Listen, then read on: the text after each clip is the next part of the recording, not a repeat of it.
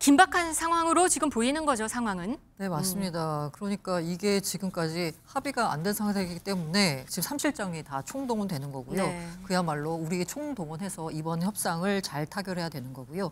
이 대통령 입장에서도 이번 앞서 말씀드린 대로 이게 실무적인 조율이 이루어지지 않았기 때문에 정상회담 차원에서 뭔가 크게 양보하는 것 없이 우리가 크게 내주는 것 없이 정상회담을 마무리하는 게 아마 중요한 사항이 아닐까라는 생각이 듭니다. 지금 협상 당시에 지난 협상 당시에 나온 게 광우병 촛불 집회 사진까지 꺼내면서 막았던 이 소고기 맞습니다. 이슈가 있었고요. 네네. 쌀 시장 개방 이슈도 있었거든요.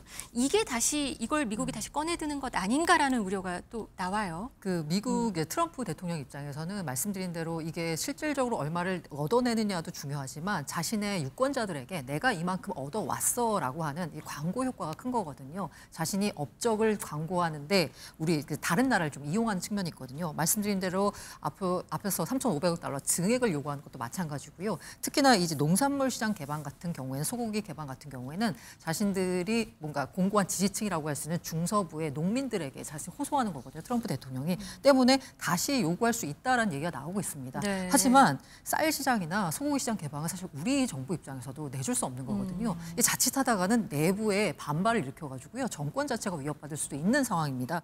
네, 이제 드디어 한미 정상회담입니다. 고란 기자, 먼저 핵심 의제부터 좀 정리를 할까요?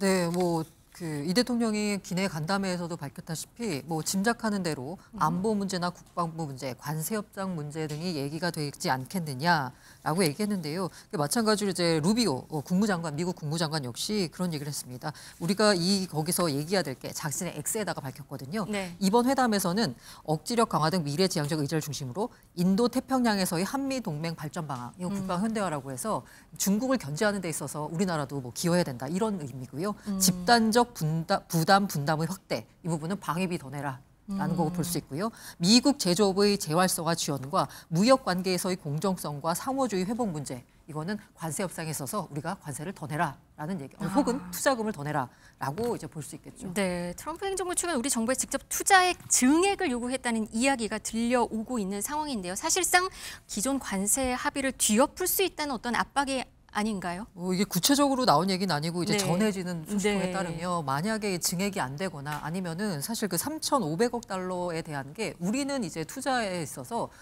직접적인 투자는 한 5% 정도에 불과하고 대부분은 네. 이제 보증 형태로 나갈 거다라고 네. 해석을 했었는데 미국 쪽은 3,500억 달러가 모두 직접 투자로 이루어지는 거고 거기에 더해서 추가로 투자를 늘려라, 투자액을 늘려라라는 식으로 압박을 벼랑 끝 전술로 이거 안 하면 정상회담의 일정에 차질이 빚을 수 있다. 라는 압박까지 나왔다는 얘기가 있습니다. 정확하게 무슨 얘기가 오갔는지는 알 수 없지만 네. 아마 이게 정확하게 조율이 안 된 상태이기 때문에 아마 한미 정상회담에서 정상들끼리 결정을 하게 되지 않을까라는 생각이 듭니다. 지금 조현 외교부 장관이 한일 정상회담을 건너뛰고 미국으로 먼저 갔잖아요. 그것도 직항도 아니고 경유 비행 항공기를 타고 갔단 말이에요. 그래서 사실은 조율 난항 얘기가 좀 들린 상황이에요. 네, 맞습니다. 앞서 말씀드린 대로 이게 고위인사들이 정상회담을 차질을 빚을 수 있다 이런 식으로 이제 압박을 하니까 실무진 차원에서 급하게 미국으로 달려가서 실무적으로 협상을 하고 있다라는 건데요. 위성락 실장한테 야 지금 의제 다 정해진 거냐? 세부 타율이 다 되겠냐라고 했더니 정상회담을 할 타이밍쯤에는 조율이 될 것으로 기대한다라고 얘기했어요. 네. 그러니까 이 막판까지도 최종 조율을 할 것 같고요. 만약에 그래서까지 조율이 이루어지지 않는다라고 하면 이른바 이제 오벌 오피스라고 하잖아요. 거기서 정상들끼리 조율이 이루어질 것 같은데 집무실이요? 네, 그렇게 되면 집무실? 네. 문제가 뭐냐면 트럼프식 이제 압박이 통하게 되면 즉흥적으로 무슨 일이 벌어질지 모르거든요. 네. 사실 외교에 있어서 정상회담이라고 하는 건 실무적으로 뭐 하는 게 없습니다. 일종의 이제 세러머니 성격이 있거든요. 네. 그런데 이번의 경우에는 세러머니가 아니라 실제로 정상회담에서 뭔가 일이 이루어지게 되면 그 사이에 이제 우리가 트럼프나 아니면 미국 정부의 페이스에 말릴 수도 있지 않을까라는 걱정이 되는 부분이기도 합니다. 네, 그런 우려가 지금 나오는 상황입니다. 그리고 지금 강훈식 비서실장도 미국으로 갔습니다. 위성락 안보실장, 김용범 정책실장 그렇다 치고 비서실장은 보통 대통령 해외 순방 때는 국내에 머무는데 3실장 모두 미국으로 갔습니다. 어제 출국 전에 공항에서 강훈식 비서실장 무슨 얘기를 했는지 들어보시겠습니다. 이번 한미 정상회담은 매우 중요합니다. 그리고 민과 관이 한마음 한뜻으로 한미 정상회담 성공을 위해서 노력하고 있습니다. 저도 한 사람이라도 더 만나고 한마디라도 더 설득할 수 있다면 마땅히 와서 제 역할과 도리를 해야 되겠다고 생각했습니다. 네. 함 실장님이 다 오시는 게 굉장히 이례적이라서 뭔가 협상에 좀 난관에 봉착한 거 아니냐라는. 난관이라는 표현보다도 총력을 다하고 있다, 이렇게 이해해 주시는 게 더 옳은 표현이라고 생각합니다. 네, 이건 어떻게 해석을 해야 될지 정말 긴박한 상황으로 지금 보이는 거죠, 상황은. 네, 맞습니다. 그러니까 이게 지금까지 합의가 안 된 상태이기 때문에 지금 3실장이 다 총동원되는 거고요. 네. 그야말로 우리 총동원해서 이번 협상을 잘 타결해야 되는 거고요. 이 대통령 입장에서도 이번 앞서 말씀드린 대로 이게 실무적인 조율이 이루어지지 않았기 때문에 정상회담 차원에서 뭔가 크게 양보하는 것 없이, 우리가 크게 내주는 것 없이 정상회담을 마무리하는 게 아마 중요한 사항이 아닐까라는 생각이 듭니다. 지금 협상 당시에, 지난 협상 당시에 나온 게 광우병 촛불 집회 사진까지 꺼내면서 막았던 이 소고기 맞습니다. 이슈가 있었고요. 네네. 쌀 시장 개방 이슈도 있었거든요. 이게 다시 이걸 미국이 다시 꺼내드는 것 아닌가라는 우려가 또 나와요. 미국의 트럼프 대통령 입장에서는 말씀드린 대로 이게 실질적으로 얼마를 얻어내느냐도 중요하지만 자신의 유권자들에게 내가 이만큼 얻어왔어라고 하는 이 광고 효과가 큰 거거든요. 자신이 업적을 광고하는데 우리 다른 나라를 좀 이용하는 측면이 있거든요. 말씀드린 대로 앞에서 3,500억 달러 증액을 요구하는 것도 마찬가지고요. 특히나 이제 농산물 시장 개방 같은 경우에는, 소고기 개방 같은 경우에는 자신들이 뭔가 공고한 지지층이라고 할 수 있는 중서부의 농민들에게 자신 호소하는 거거든요. 트럼프 대통령이. 때문에 다시 요구할 수 있다라는 얘기가 나오고 있습니다. 네. 하지만 쌀 시장이나 소고기 시장 개방은 사실 우리 정부 입장에서도 내줄 수 없는 거거든요. 자칫하다가는 내부에 반발을 일으켜가지고요. 정권 자체가 위협받을 수도 있는 상황입니다.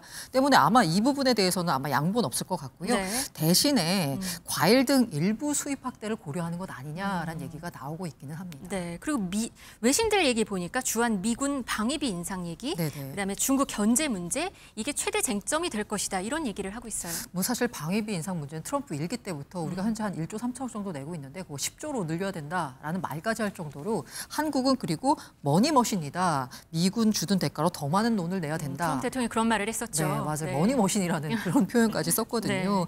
이 때문에 아마 압박이 상당히 심할 것 같고요. 그 가운데서 이렇게 우리 이재명 대통령 같은 경우에는 사실 이런 식으로 이제 미국이 방위비를 늘려라. 그리고 이른바 이제 유연화, 동맹 현대화를 얘기하는 건 중국 견제거든요. 근데 우리 입장에선 중국을 견제하다간 중국이 우리에 대해서 경제적 보복을 할 우려도 있기 때문에 네.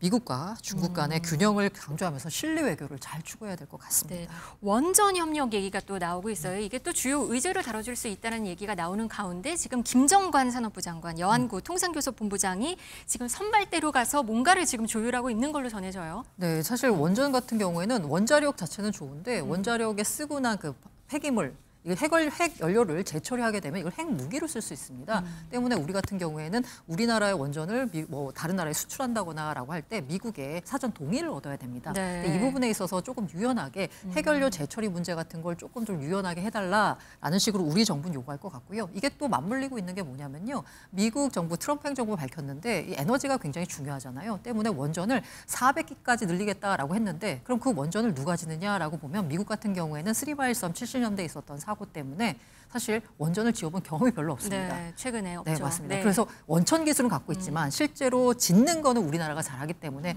우리와의 협력을 요구하는 상황에서 우리가 뭔가 이걸 좀 지렛대로 활용을 해서요. 그래서 핵연료 재처리 문제 같은 걸 조금 미국으로부터 얻어냈으면 하는 바람입니다. 이재용, 최태원 회장 등 4대 그룹 총수도 지금 다 미국에 가 있어요. 네, 아까 앞서 말씀드린 어제 출국한 것 같더라고요. 맞아요. 3,500억 달러 그리고 에너지 수입 1,000억 달러.